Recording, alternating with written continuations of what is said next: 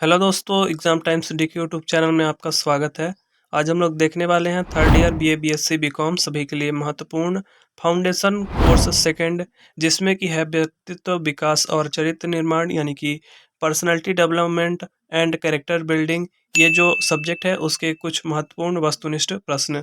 तो जैसा कि आप देख पा रहे हैं यहाँ पे लिखा हुआ है स्क्रीन में, नवीन राष्ट्रीय शिक्षा नीति के पाठ्यक्रमानुसार तृतीय वर्ष आधारित पाठ्यक्रम व्यक्तित्व विकास और चरित्र निर्माण। तो इसी क्रम में आगे बढ़ते हैं हम। इसके पिछले वाले वीडियो लेक्चर में हमने 35 प्रश्नों को कवर किया था, 35 वस्तुनिष्ठ प्रश्नों को। तो उनको अगर आपको देखना है तो इस वीडियो के डिस्क्रिप्शन में उसका लिंक मिल जाएगा, वहाँ से जाके आप इसके पिछले वाले 35 प्रश्नों को आप देख सकते हैं। आज फिर से हम लोग 35 प्रश्नों को ही कवर करने वाले हैं इस वीडियो लेक्चर में। तो प्रश्न क्रमांक 36 यहाँ से स्टार्ट होता है। व्यक्तित्व और बुद्धि में वही संबंध है जो बुद्धि और बिंदी बिंदी में है। तो इसका correct answer option number B यानी कि व्यवहार हो जाएगा। अगर आपके भी भविष्य में परीक्षा होने वाली है इस विषय की, तो सारे ही प्रश्नों को आप अच्छे से पढ़ लीजिएगा। बाकी आपको अगर प्रीवियस क्वेश्चन पेपर देखने हैं तो उसका लिंक भी मैं अपने इस वीडियो के डिस्क्रिप्शन में दे दूंगा। नेक्स्ट है क्वेश्चन नंबर 37। सेल्डन ने व्यक्तित्व को किस आधार पर वर्गीकृत किया? तो इसका करेक्ट आंसर ऑप्शन नंबर आ हो जाएगा, शारीरिक रचना। अगला है प्रश्न क्रमांक 38। व्यक्तित्व का उसके सामाजिक व्यवहार के आधार पर अंतर्मुखी वर्गों में विभाजित करने वाले मनोवैज्ञानिक हैं। तो इसका करेक्ट आंसर हो जाएगा ऑप्शन नंबर बा, यूंग। सारे प्रश्नों को पढ़ लीजिएगा ध्यानपूर्वक। अगला है प्रश्न क्रमांक 39 यानी कि 39, और जिसमें पूछा गया है कि निम्न में से कौन सा व्यक्तित्व का जैविक निर्धारक है? तो कौन सा है? आनुवांशिक प्रभाव। अगला है प्रश्न क्रमांक 40। अंतर्मुखी व्यक्तित्व का प्रकार है? तो मनोवैज्ञानिक प्रकार, ये अंतर्मुखी व्यक्तित्व का प्रकार है। अगला है प्रश्न क्रमांक 41। अत्यधिक वाचाल, प्रसन्न चित्त और सामाजिक प्रवृत्ति के व्यक्ति के व्यक्तित्व को युंग ने क्या नाम दिया? तो अंतर्मुखी नाम दिया था। अगला है प्रश्न क्रमांक 42। व्यक्तित्व की प्रक्षेपण विधि कौन सी है? तो इसकी हो जाएगा ऑप्शन नंबर आ, इसका करेक्ट हो जाएगा रोरसा स्याही धब्बा परीक्षण, और ये प्रीवियस ईयर में क्वेश्चन पूछा जा चुका है। प्रश्न क्रमांक 42। प्रश्न क्रमांक 43 है यानी कि 43। रोरसा स्याही धब्बा परीक्षण व्यक्तित्व परीक्षण का कौन सा प्रकार है? तो ये प्रक्षेपी प्रकार है। ऑप्शन नंबर बा करेक्ट हो जाएगा प्रश्न क्रमांक 43 का। अगला है प्रश्न क्रमांक 44। व्यक्तित्व मापन की एक प्रक्षेपी परीक्षण विधि नीचे दी गई है, तो वो विधि कौन सी है? शब्द साहचर्य परीक्षण, यानी ऑप्शन नंबर सा करेक्ट हो जाएगा प्रश्न क्रमांक 44 का। प्रश्न क्रमांक 45 है। चरित्र निर्माण क्या महत्वपूर्ण है? तो क्यों सिर्फ व्यक्तिगत सफलता के लिए या समाज के लिए, या ऑप्शन नंबर सा हो जाएगा इसका करेक्ट दोनों, आ और बा। प्रश्न क्रमांक 46 यानी 46 है। चरित्र निर्माण में किस तत्व का ध्यान रखना आवश्यक है? तो इसका हो जाएगा ऑप्शन नंबर आ करेक्ट हो जाएगा, नैतिकता। अगला है प्रश्न क्रमांक 47। चरित्र निर्माण के लिए कौन सा कदम उचित है? तो इसका ऑप्शन नंबर द करेक्ट हो जाएगा, यानी कि अपने गुणों का अनुसरण करना, अपनी कमियों को छिपाना, या अपनी सोच में सुधार करना, सभी सही है। ऑप्शन नंबर द इसका करेक्ट हो जाएगा। अगला है प्रश्न क्रमांक 48। चरित्र निर्माण में नैतिक मूल्य की क्या भूमिका है? तो क्या भूमिका है? व्यक्ति के व्यवहार को प्रभावित करना। ऑप्शन नंबर अ करेक्ट हो जाएगा प्रश्न क्रमांक 48 यानी 48 का। अगला है प्रश्न क्रमांक 49। चरित्र निर्माण के लिए आप क्या कर सकते हैं?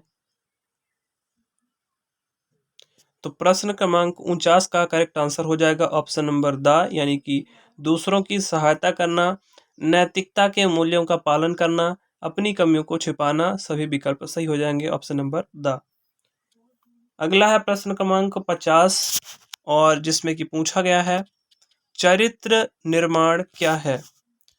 तो क्या होता है चरित्र निर्माण? व्यक्ति के व्यक्तिगत विकास का प्रक्रियात्मक निर्माण। ऑप्शन नंबर बा करेक्ट हो जाएगा। अगला है प्रश्न क्रमांक 51।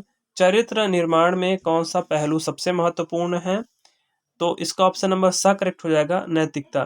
इसी प्रकार आपको किसी और भी विषय के प्रश्नों को देखना है, पढ़ना है, तो उसके लिए आप इस वीडियो के नीचे कमेंट कर दीजिएगा। अगला है प्रश्न क्रमांक 52 यानी 52। अच्छे चरित्र वाले व्यक्ति का सामाजिक महत्व क्या होता है? तो समाज में उच्च स्थान प्राप्त करना, अधिक धन कमाना, समाज में सम्मान प्राप्त करना। तो इसका करेक्ट आंसर ऑप्शन नंबर स हो जाएगा, समाज में सम्मान प्राप्त करना। प्रश्न क्रमांक 53 है यानी 53। चरित्र निर्माण के लिए कौन सा विशेषज्ञ सहायक हो सकता है? तो वैज्ञानिक, शिक्षक, चिकित्सक। इसका सभी उत्तर जो सही, सभी विकल्प सही हो जाएगा, ऑप्शन नंबर द उपरोक्त सभी। प्रश्न क्रमांक 54 है, चरित्र निर्माण में सबसे महत्वपूर्ण अंग कौन सा है? तो नैतिकता इसका करेक्ट आंसर हो जाएगा। महत्वपूर्ण प्रश्न है, याद रखिएगा। अगला है प्रश्न क्रमांक 55, जिसमें पूछा गया है चरित्र का विकास बिंदी बिंदी से होता है, तो किससे होता है? संकल्प शक्ति, नैतिकता या आचरण एवं व्यवहार। तो इसका करेक्ट आंसर हो जाएगा ऑप्शन नंबर द उपरोक्त सभी। प्रश्न क्रमांक 56 है 56। पंचकोश क्या है? इंपॉर्टेंट क्वेश्चन है, इसको याद रखिएगा। पंचकोश क्या है? तो 5 श्रेणियां या परतें जिसमें हमारे शरीर और मन का अनुभव होता है। ऑप्शन नंबर आ करेक्ट हो जाएगा प्रश्न क्रमांक 56 का। प्रश्न क्रमांक 57 है अगला प्रश्न। पंचकोश की प्रमुख श्रेणियों को क्या कहा जाता है? तो पंचकोश की जो प्रमुख श्रेणियां हैं उसको कहा जाता है प्राणमय, मनोमय, विज्ञानमय, आनंदमय, अन्नमय। तो इसको भी आपको याद रखना है, पांचों श्रेणियों को। अगला प्रश्न क्रमांक 58। पंचकोश की परत आनंदमय के अनुभव को कौन से शारीरिक कोश से जोड़ा जाता है? तो इसका करेक्ट आंसर हो जाएगा हमारे पास ऑप्शन नंबर सा, मनोमय कोश। अगला है प्रश्न क्रमांक 59 यानी कि 59, जिसमें कि पूछा गया है पंचकोश का अर्थ है। तो पंचकोश का अर्थ क्या होता है? 5 प्रकार के आसन। अगला प्रश्न क्रमांक 60। पंचकोश सिद्धांत किस धार्मिक शाखा से संबंधित है? तो यह हिंदू धर्म शाखा से संबंधित है। अगला है प्रश्न क्रमांक 61। पंचकोश को किस दर्शन और योग से संबंधित माना जाता है? तो यह भारतीय दर्शन से संबंधित है। अगला है प्रश्न क्रमांक 62। पंचकोशों का सबसे बाह्य और सबसे घनिष्ठ कोश कौन सा है? तो प्रश्न क्रमांक 62 का करेक्ट आंसर हो जाएगा हमारा ऑप्शन नंबर द, अन्नमय कोश। अगला है प्रश्न क्रमांक 63। पंचकोशों की व्याख्या उपनिषदों में मिलती है, उनमें कौन सा उपनिषद इसे प्रस्तुत करता है? तो तैत्तिरीय उपनिषद, ऑप्शन नंबर सा इसका करेक्ट हो जाएगा। अगला है प्रश्न क्रमांक 64 यानी कि 64, और इसमें पूछा गया है पंचकोश तंत्र के अनुसार मनुष्य के लिए सबसे उच्च और सर्वश्रेष्ठ कोश कौन सा होता है? तो इसका ऑप्शन नंबर द करेक्ट हो जाएगा, विज्ञानमय कोश। प्रश्न क्रमांक 65 है अगला प्रश्न। पंचकोश किसे कहते हैं? तो 5 तत्वों का समूह, ऑप्शन नंबर आ करेक्ट हो जाएगा प्रश्न क्रमांक 65। अगला है प्रश्न क्रमांक 66। पंचकोश के अनुसार मन का स्थान कौन से कोश में होता है?